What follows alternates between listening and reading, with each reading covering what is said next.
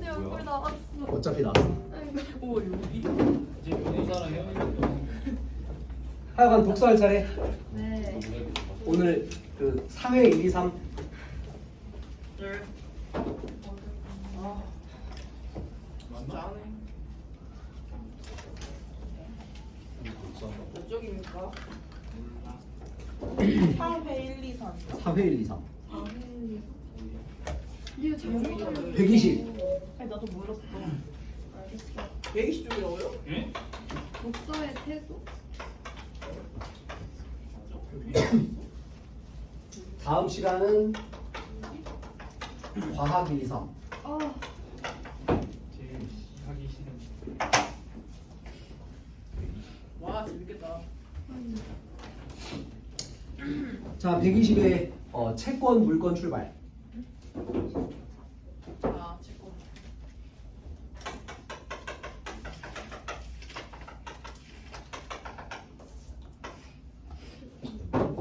자, 맨 앞쪽에서는 이제 채권하고 물건하고 이제 공차 요거 얘기하는 거고, 그 다음에는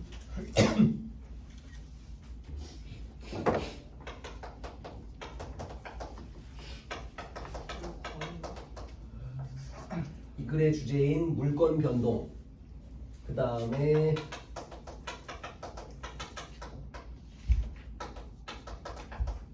담보 물건 해가지고 요 네 가지 얘기가 그냥 뒤죽박죽 아주 잘 쓰는 지문은 아닌데 그냥 내용이 기본이 되는 거라서 요거를 이제 응용해가지고 여기저기 이제 실무에 나오겠지. 그래서 요거 기본적인 거는 좀 기억을 해놓을 필요가 있겠습니다. 그리고 계속 얘기하지만 우리가 배우는 과목들 중에서 가장 두고두고 써먹는 과목이 뭐다? 국어. 국어 중에서도 어디? 독서. 독서 중에서도 어디? 법하고 경제.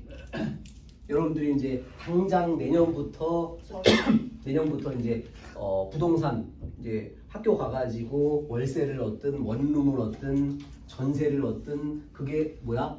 물건. 그다음에 뭐 그런 거 안 해야겠지만 친구끼리 돈을 빌렸다. 그럼 그냥 돈 빌려주고 끝. 이게 아니라 뭐 해야 돼? 저 채권 저런 거 이제 계약서를 써야 돼. 그래서 매우 생활에 도움이 되는 글. 합시다. 사람이 살아가는데 필요한 자원은 물건과 행위로 나눈다. 이러한 자원은 민법상 권리 대상이 되는데 물건 대상이 물건, 타인의 행위 요구하는 게 채권. 민법에서 권리 변동이 일어나려면 계약이 필요하다. 둘 다 계약을 통해서 변동이 일어난다라는 공통점이 있는 거고, 예컨대 채권이 발생하려면 채권자 채무자의 계약, 물건이 이전되려면 소유권자하고 양수인 사이의 계약이 필요하다. 자, 그런데 채권 변동이 계약만 있으면 발생하는 것과 달리 자, 얘는 계약만 있으면 되는데 물건 변동이 일어나려면 계약 더하기 플러스 동시 방법도 있어야 한다. 약 2달 전에 기출 문제를 풀면서 소유 점유 했던 거 대충 기억나? 네. 그래가지고 자, 망고 누구 거야? 그런데 왜 저를 내가 뭐 하고 있지? 들고 있어. 내가 한자로 점유하고 있지. 이 소유권은 누구한테 있다고? 너한테. 하지만 점유는 누가 하고 있다고? 내가. 근데 부동산 같은 경우는 이건 여기 나오는데 등기를 해야 되는데 이런 물건은 등기를 하는 게 아니라 그냥 점유하고 있으면 내 거. 땡큐. 바로 실시. 예? 새 거를 드시지. 어머. 많으셨나? 오이시 데스.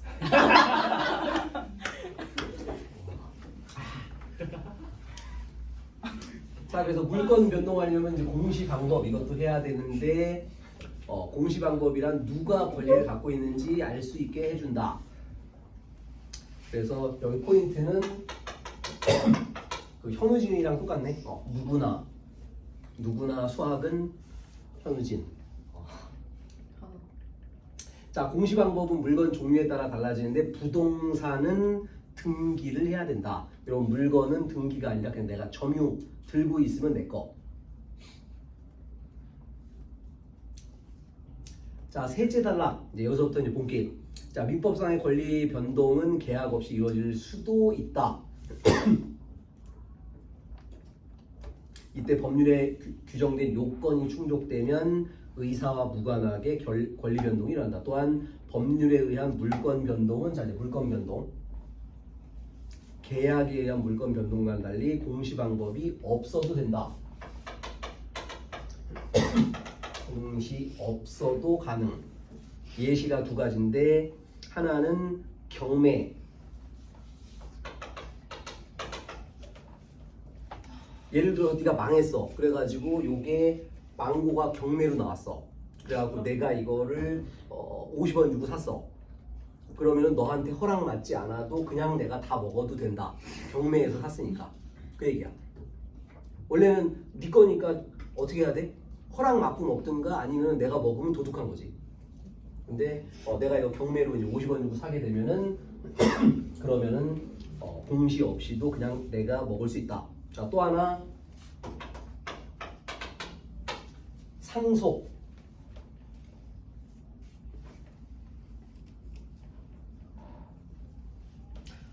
알고 봤더니 네가 내 딸이었어. 그래가지고 유산으로 망고를 남기고 죽었어. 제가 내가 죽을 수 없잖아. 그래가지고 유산으로 이제 망고가 남았을 때 이것도 역시 뭐 등기를 하거나 이럴 필요 없이 바로 그냥 상속 재산은 꿀꺽 할 수 있다. 두 가지 예시만 간단하게 물권 변동 공시 방법 없어도 변동 가능. 자, 이제 넷째 단락의 이 글의 주제 담보 물권. 담보가 뭐지?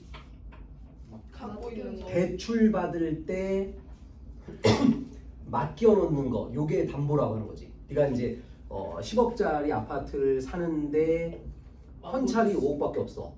그럼 어떻게? 은행에서 이제 5억을 대출을 받아야지. 근데 은행이 대가리에 총 맞지 않는 이상 어이구 가져가세요. 그냥 줘? 그럴 리가 없지. 뭐 해야 돼?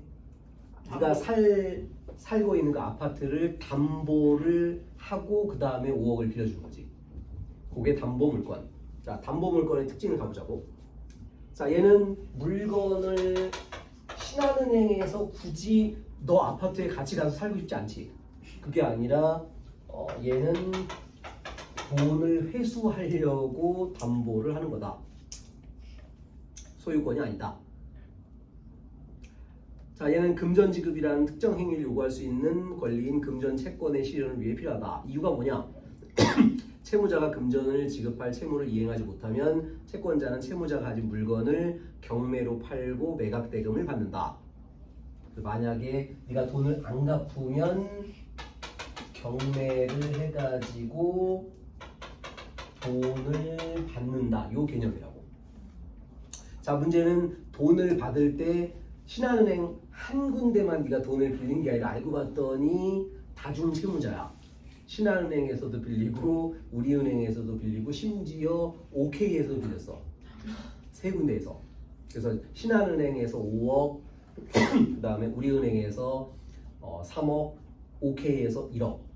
자, 이렇게 세 군데에서 빌린 거야. 자, 그럴 때 어떻게 한다? 대금을 각자 채권에게 비례해서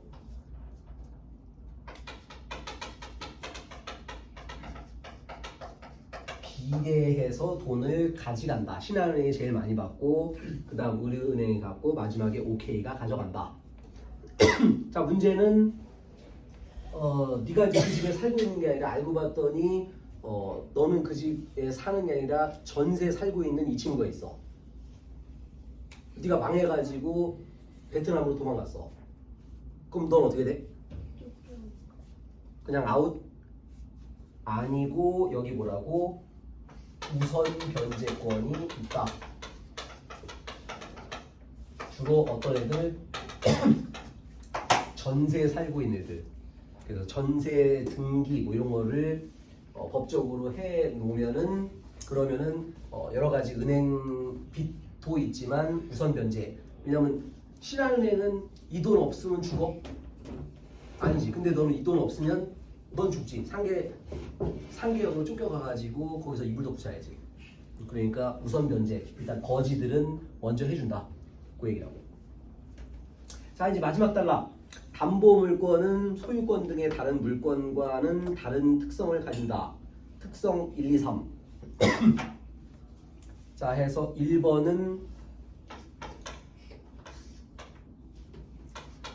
전액을 갚으면 자동 소멸. 자, 네가 이제 아까 5억을 빌렸는데 5억을 네가 예를 들어 신한은행에다가 송금을 했어. 그러면 굳이 은행 가가지고 사인 같은 거 안 해도 자동으로 소멸. 요게 담보물권. 자, 그 다음에 121쪽의 둘째. 이번에는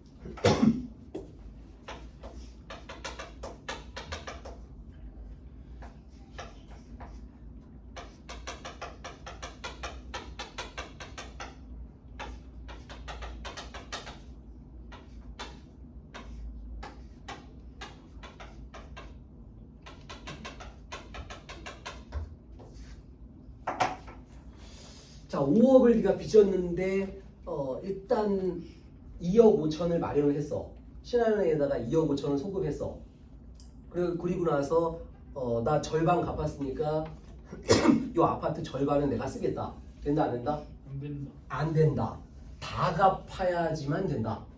왜 이렇게 법을 만들었을까? 법을 만든 놈들이 돈 있는 놈들이라서. 다 갚을 때까지는 이 집에 못 들어와. 이렇게 하는 거라고. 원래는 인간적으로 어떻게 해야 돼? 절반 갚으면 아파트에서 예를 들어 방이 2개야. 그럼 절반 갚았으니까 방 하나는 쓰게 해달라. 이게 인간적이잖아. 근데 법을 만든 사람들이 돈 있는 사람들. 조카 다 갚을 때까지 못 들어와. 1원이라도 모자라면 못 들어와. 법적으로. 그래서 이렇게 하는 거라고. 전액을 갚아야 돼. 법이 이렇게 돼 있으니까 아이고 좀 봐주세요. 이거 인간적으로 당연한 인간적 없음. 법은 그냥 법이야. 그래서 요거 중요한 얘기. 자, 세 번째도 또 중요한 얘기인데, 자 담보 물건은 물건이 아니라 물건의 가치가 중요하다.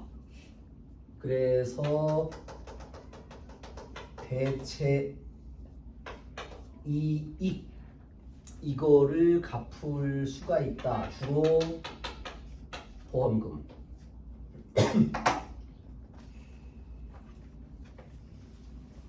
그래서 사실은 사채업자한테 돈 빌리는 게 위험한 건데, 네가 이제 예를 들어서 10억을 마들 사채 뭐 이런 데서 이제 빌렸어.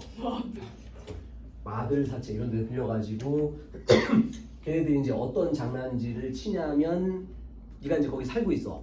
10억을 빌려가지고 살고 있는데 그 마들 사채 애들이 그 담보 물건을 갖고 있잖아. 그래서 그 담보 물건에 대해서 10억짜리 집인데 20억짜리 화재 보험을 들어.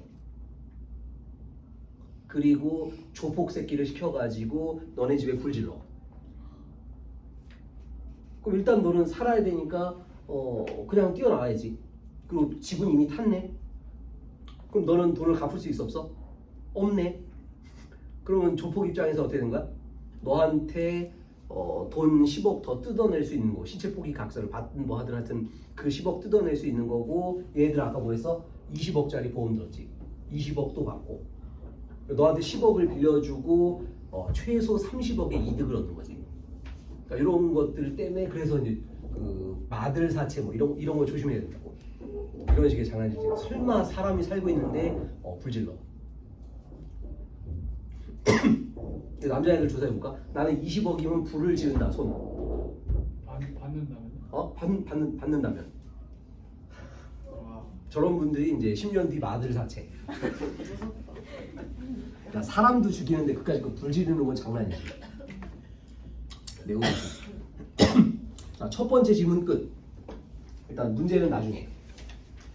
자, 왜 사회 3번부터 했냐면 얘가 제일 어려워. 어렵기도 하고 제일 중요함. 얘네 같은 실무 같은 데서 무지무지하게 많이 나오겠지. 그 기본 개념 좀 기억을 해놓는 작업이 필요하겠고. 자, 이번엔 두 번째로 115쪽의 교환 이론. 뭐 혹시 읽은 사람은 알겠는데 어려운 글은 아닌데 좀 지저분한 글이야. 그래서 좀 표시를 좀 해놓으면서 정리를 해야 돼. 거기 책이 있는 사람들은 114쪽의 빈칸에다가 쓰면서 하면 되고 없는 사람들은 알아서 하고. 자, 그럼 바로 출발. 자, 115쪽. 자, 교환 이론은 사회 구조를 설명하는 이론인데 사회 근본적 속성을 보상 또는 효용을 확실히 하려는 욕구에 의해 움직이는 행위자 간의 자원 교환으로 본다. 에머슨이라는 사람이 맨 마지막 줄 사회 구조는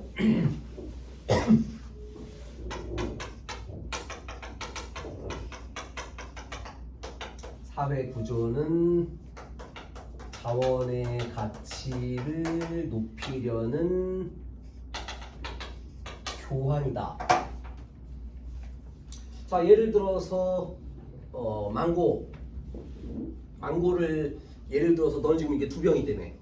자, 이게 이제 2병 있는데 너한테는 한 병은 뭐 있어도 그만 없어도 그만이지. 근데 내가 이틀 동안 물을 못 먹었어. 사막에 살다가 막 탈출. 그럼 나한테는 이 망고는 대단히 가치가 높지. 그래가지고 원래 예를 들어서 2,000원짜리인데 야 5만원 줄 테니까 제발 팔아줘. 그러면 이 자원의 가치를 높이기 위해서 서로 올물건한 거지. 너한테는 5만원이 커? 망고 하나가 커? 너한테는 5만원이 큰 거지.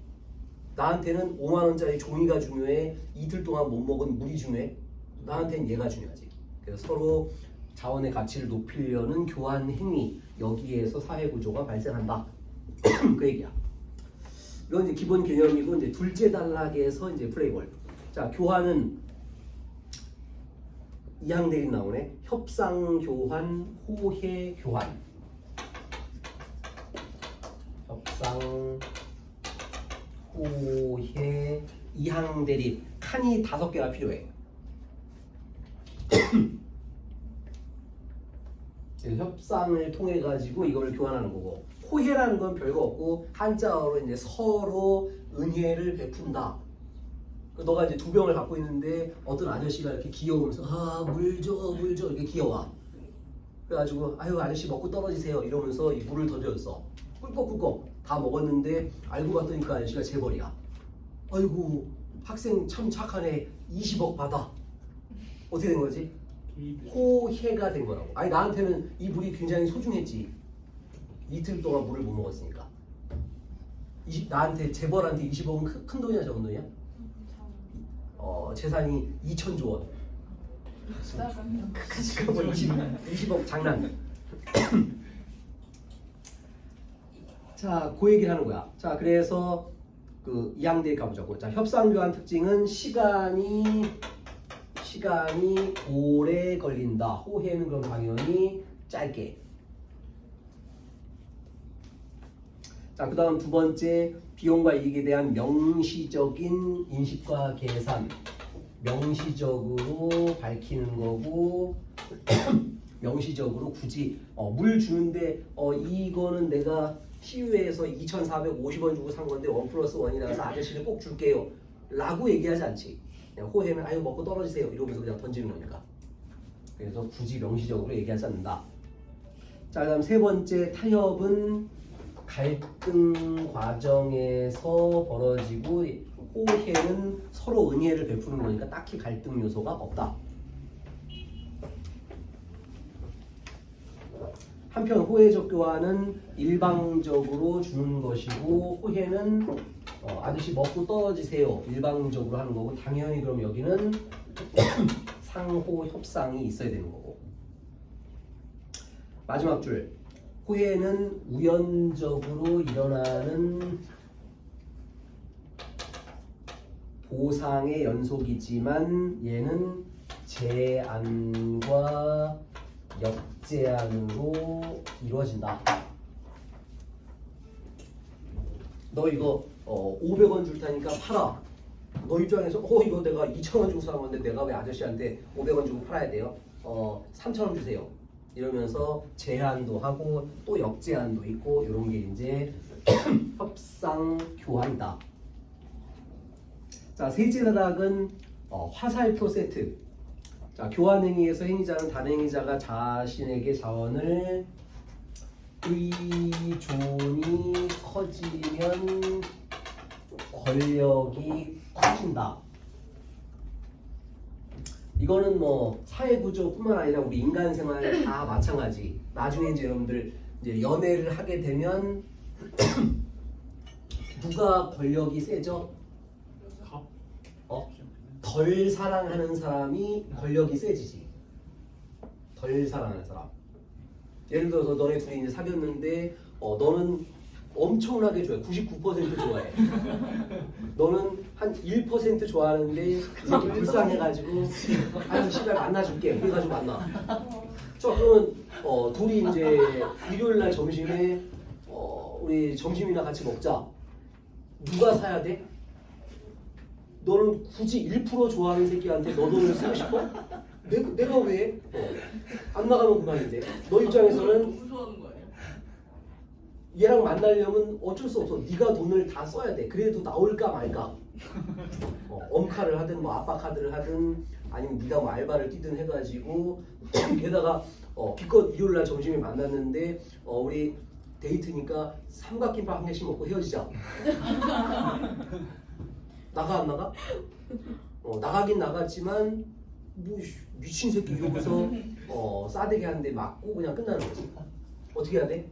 그냥 싸구려 여기 요 불암산 올라가는데 랍스터 가게 있잖아.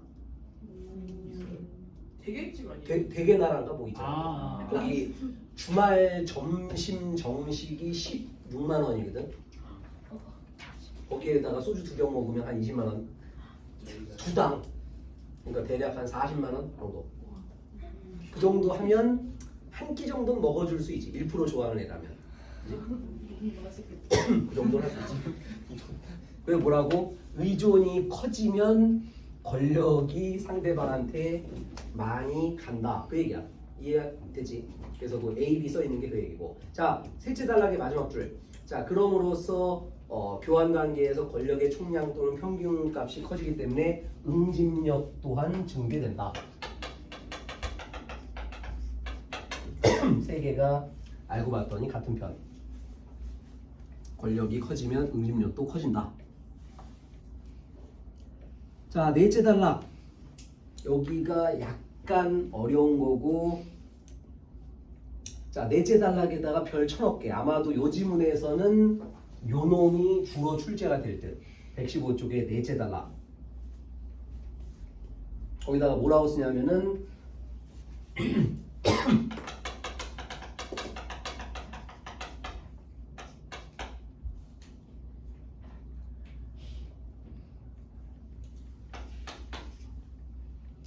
A가 권력이 클 때 1, 2, 3, 4 이렇게 나오는 건데 당연히 이제 시험 문제에서는 혹시 뒷장에 117쪽에 봤는지 모르겠는데 117쪽에 2번 보면은 T1, 2, 3, 4 그래가지고 사람을 4명을 갖다 놔. 그래놓고 어떤 새끼가 권력이 커졌고 어떤 새끼 작아졌고 뭐 이런 식으로 장난질을 쳐. 그럼 얘가 커졌을 때 얘가 작아졌을 때 이러면서 별것도 아닌 건데 문제는 어려워.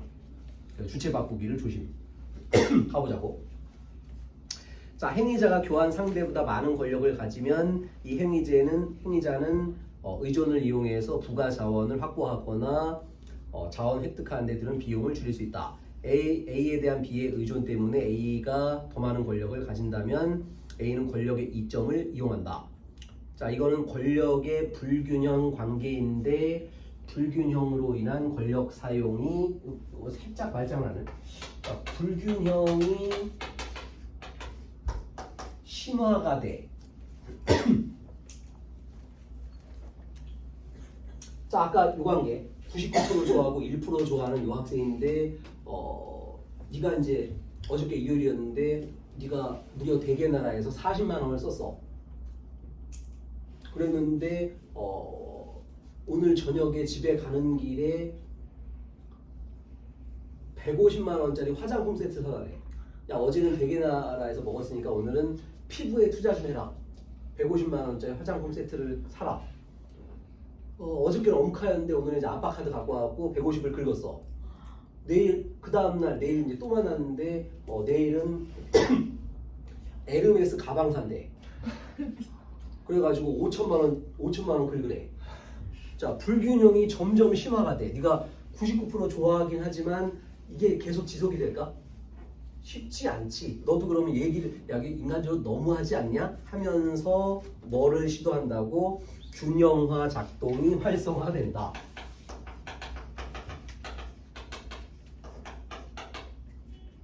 불균형이 심해지면 야 이거 너무 심하지 않냐?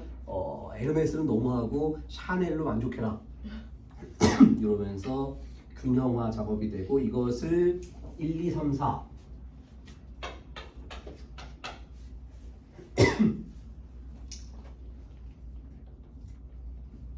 그래서 A가 제공하는 자원의 가치를 A의 자원 가치를 낮게 평가하거나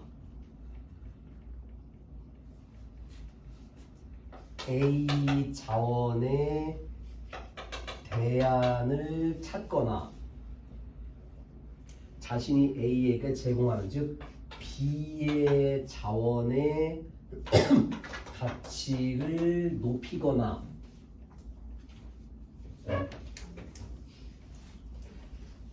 자신이 제공하는 자원에 대한 A의 대안을 축소하거나 A의 대안을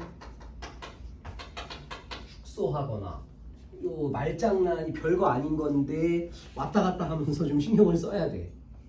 아마도 요거 가지고 상당히 까다롭게 낼 예정. 요즘은 A가 주는 건지 A가 받는 건지 A가 대안 찾은 건지 뭐 이런 것도 좀 신경을 써야 돼. 자 마지막은 별거 없음.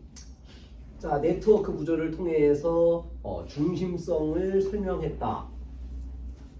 자 맨 밑에 줄 중심성이 높은 놈이 이건 마지막이잖아요. 여기다가 중심성이 높은 놈이 자원 배분을 병신같이 하면 116의 첫째 줄 그러면은 다른 축을 중심으로 붕괴된다. 자, 뭔 얘기냐면 네가 이쪽 반에 일장이야. 왜 일장이 됐냐면 돈이 많아서. 그래가지고 학원에 올 때마다 학생들한테 매일 10,000원씩 줘. 그리고 토요일, 일요일은 빨간 날이니까 20,000원씩 줘. 나머지 학생들 입장에서는 나쁘지 않지. 학원에 왔는데 10,000원씩 현찰 받아가니까. 그런데 어느 날 이제 엄카하고 아빠 카드가 없어졌어. 그래가지고 얘들아 미안하다. 이틀에 한 번씩 줄게. 그래가지고 예를 들어서 화목토에만 줘. 그럼 월수금은 이제 애들이 안 나와. 그러다가 이제 돈이 좀 모자라고 얘들아 미안하다. 일주일에 월요일 한 번만 줄게. 월요일만 오고 그 다음에 안 나와. 근데 새로운 강자 망고녀가 등장. 망고녀가 얘들아 저런 병신 따르지 말고 내가 하루에 30,000원씩 쏠게.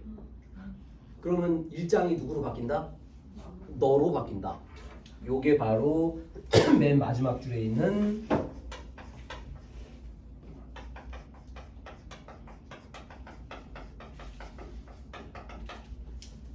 중세 유럽의 봉건제 붕괴 현상하고 맞닿아 있다. 영주라는 게 별거 아니라 돈 주는 사람이 영주인데 돈 안 주면 사람들이 다 떠나간다. 간단한 얘기. 자 일단 시간 관계상 자 111쪽의 아웃소싱 당연하지. 자 111 아웃소싱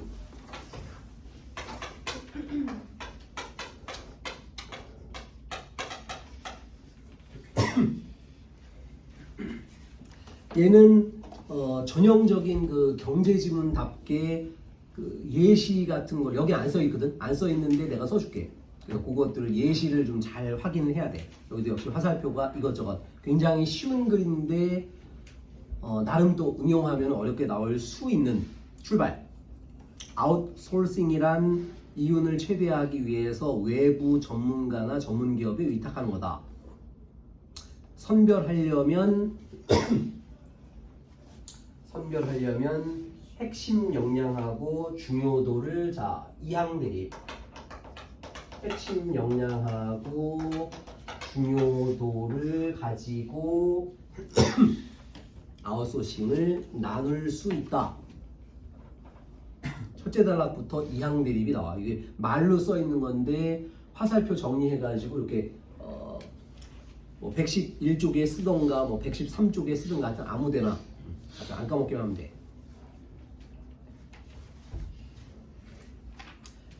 자, 어떤 분야가 핵심 기술도 있고 그 회사에서 중요한 위치를 차지하고 있다면 그런 거는 아예 내부적으로 운영하는 게 좋다.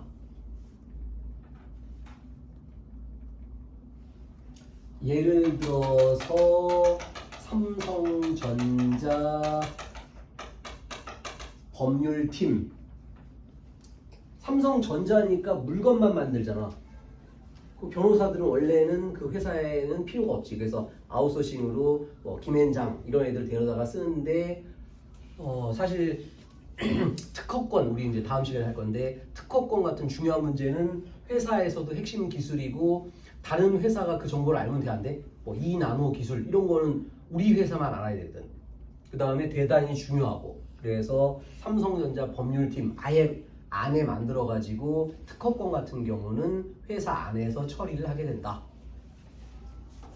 자, 두 번째 이번에는 핵심 기술은 있는데 중요도는 살짝 좀 떨어지는 이런 경우는 아예 회사를 바깥에다가 따로 차린다. 분사. 회사를 분리한다. 대표적인 게 LG 배터리.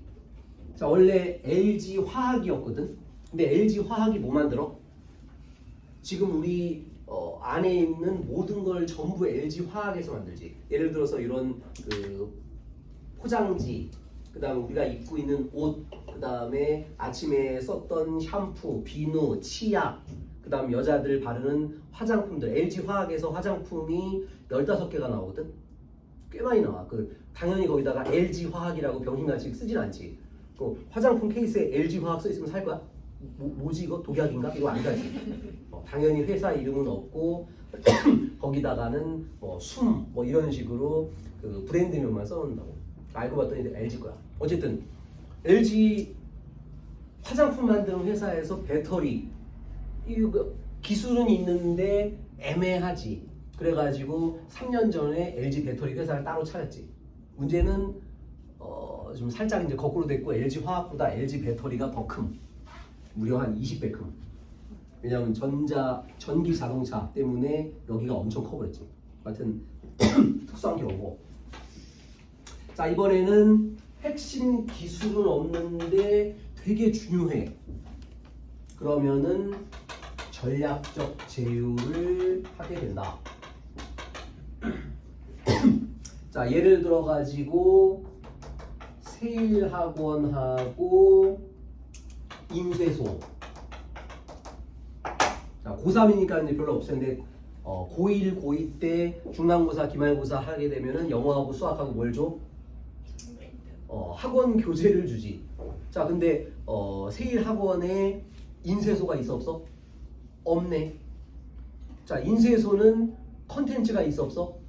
없네. 그래가지고 서로 전략적 제휴를 해가지고 우리가 이제 그거를 PDF를 맡기면 걔네들은 그거 프린트 해갖고 우리한테 갖다주고 서로 윈윈 이런 게 이제 전략적 제휴가 되더라. 자, 마지막으로 핵심 기술도 좀 적은 편이고 중요도도 적으면 이게 바로 아웃소싱을 하게 되더라.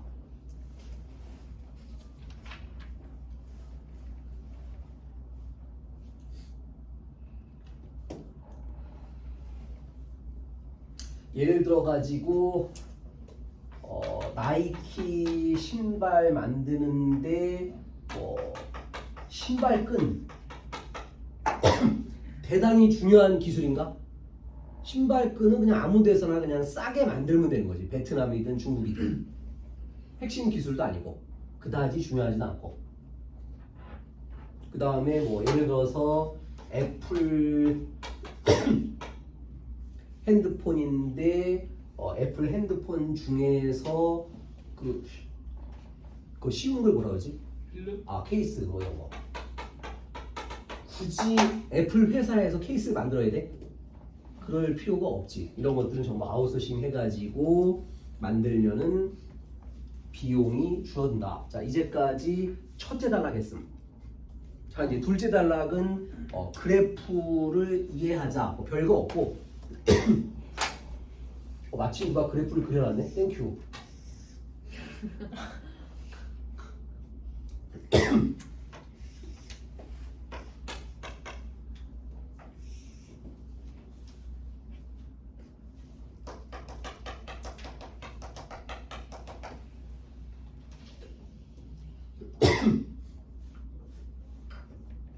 자, 그러면 아웃소싱 요게 이제 세로 추기 비용이니까 비용이 적은 게 좋은 거네. 그럼 어디 해야 돼?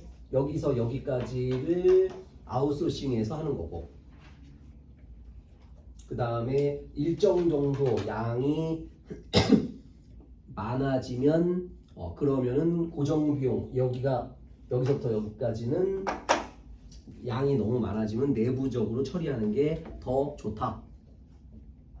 양이 적으면 아웃소싱. 예를 들어서 신발끈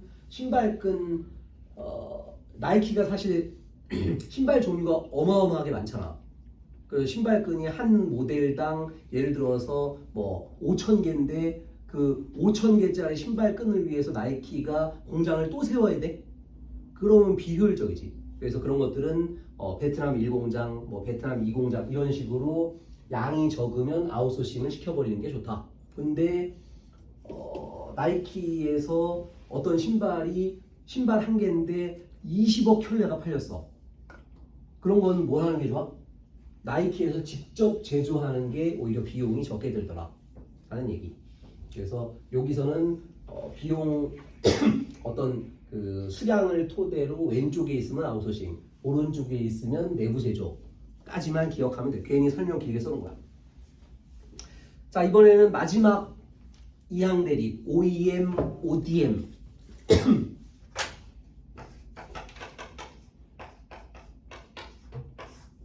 역시 한 5줄 정도 간단하게 이항 대립으로 기억을 해야 되고, 설명 괜히 길게 써 있는데 우리 머릿속에서는 두 가지로 나눠 가지고 정리를 하면은 마무리. 자, 간단하게 지문 앞에 거만 읽어볼게. 자, 제조 분야에서 아웃소싱 형태는 여러 가지로 구분하는데 제조 과정에서 생산비 낮출 때 OEM을 한다. 자, 그 다음 단락에 ODM, 여기는 시간이 흐르면서 외주 업체의 경험이 축적되고 제조 경쟁력을 가지게 되는 경우 아웃소싱 형태가 달라지는데 주문자가 모든 지침을 다 정하지 않고 개괄적으로 정해주면은 나머지를 만드는 게 요게 ODM이다. 자, OEM, ODM 가보자고. 자, 얘네들은 첫 번째로는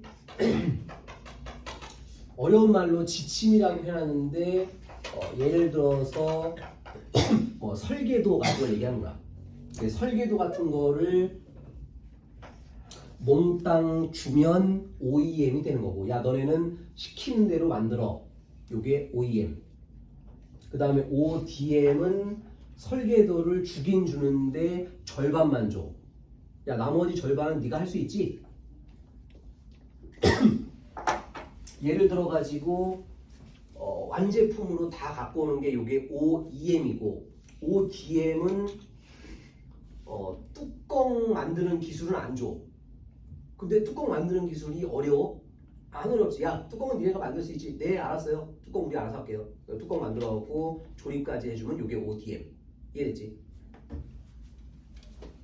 대표적으로 미리 쓰면은 OEM의 대표적인 게 애플. 중국 공장에서 설계를 할까 안 할까? 당연히 안 하지. 미국에서 꼬치꼬치 0.1mm까지 다 계산해가지고 설계도를 주는 거야. 그럼 그거 가지고 나사 하나까지 다 검사받아야 돼. 그래가지고 중국은 조립만 하는 거지. 요게 OEM의 대표적인 거, 애플. 그래서 생산의 자유가 매우 낮은, 시키는 대로 해. 여기는 어느 정도는 니네 맘대로 해. 자, 그 다음에 설계도가 없으니까 자, 직접 재산권이 OEM은 중국에다가 설계도를 줘 안 줘? 안 주지. 그 다음에 ODM은 어느 정도는 네가 좀 만들어. 이거를 이제 지문에서는 지적 재산을 공유한다 이렇게 써놓은 거지. 자, 그리고 물건을 만들었으니까 애플이라는 상표를 이거는 이제 공통점이야. 둘 다 상표는 애플을 붙여야 돼. OEM이든 ODM이든. 요거는 공통점. 자, 마지막으로 이제 단점들을 얘기를 해왔는데 OEM은 설계도를 아예 줬네. 그럼 당연히 중국 애들이 뭐 하겠어? 기술을 쏙쏙 빼먹겠지. 기술 유출. 그래가지고 예를 들어서 혹시 여기 샤오미 쓰는 사람 없네? 샤오미에서 이번 달에 핸드폰이 새로 나오는데 화소가 2억이래. 지금 삼성께 아마 1억일걸? 화소가. 애플은 아직도 4천만인가? 밖에 안 되지. 근데 샤오미는 이번 달 새로 나오는 핸드폰이 2억 화소인데 더 충격적인 건 뭐냐면 핸드폰 값이 얼마일까? 20만 원. 그러면 4천만 원 화소짜리 260만 원짜리 애플 15를 쓸래? 2억 화소짜리 20만 원짜리 샤오미를 쓸래? 뭘 써야 돼? 그냥 샤오미를 써야지. 원래는 가격 차이가 거의 뭐 200만 원 넘게 나니까. 게다가 스펙 자체는 어쨌든 샤오미가 더 높으니까. 왜? 기술 이미 다 빼먹었음. 그래서 기술 자체는 중국계 지금 전 세계에서 제일 좋다고. 핸드폰 같은 경우. 자, 그 다음에 솔직히 중국에서 조립, 우리가 메이드 인 코리아가 있고 메이드 인 차이나가 있어. 솔직히 누가 더 믿음이 가? 메이드 인 코리아가 좀 믿음이 가지. 중국제 그러면 일단 좀 살짝 의심? 뭐 이런 게 예를 들어갖고 특히 여자들 샤넬 지갑을 이제 고3 졸업 기념으로 샀어.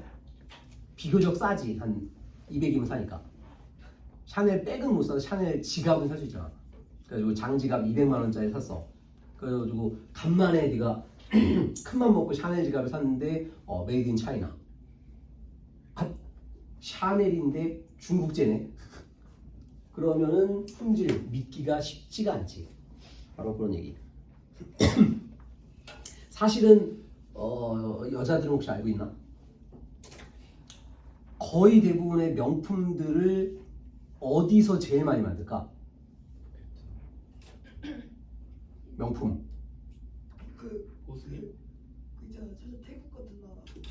명품을 너 같으면 태국에서 만든 걸 사겠어? 프랑스가.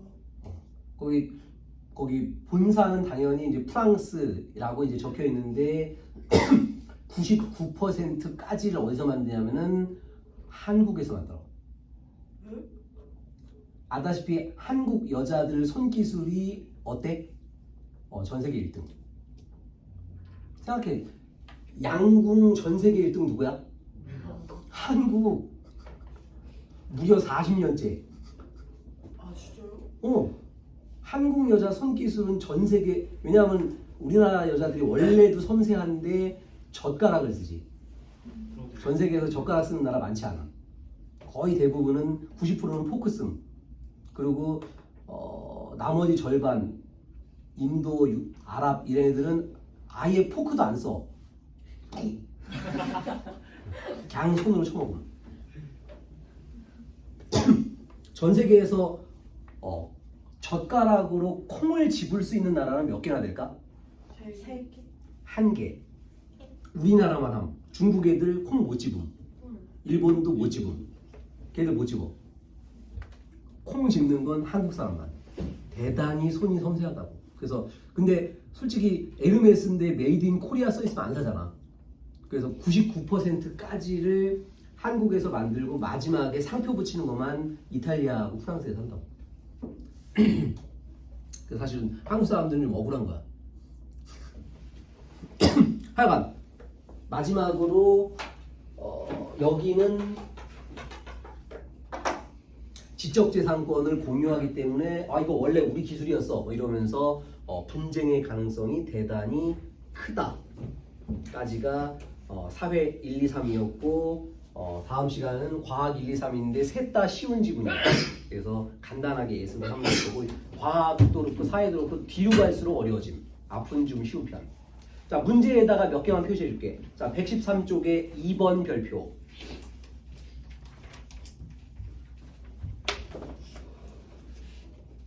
그 다음에 117쪽에 2번, 4번 별표.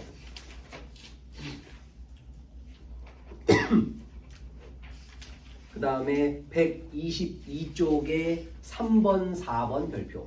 얘네들은 실무나 수능에서 충분히 응용 가능한 문제. 이번 응? 이번 3부에도 는 당연히 응용 가능한데 어디서 나올지 모르지. 이 많은 거 중에 휴식. 와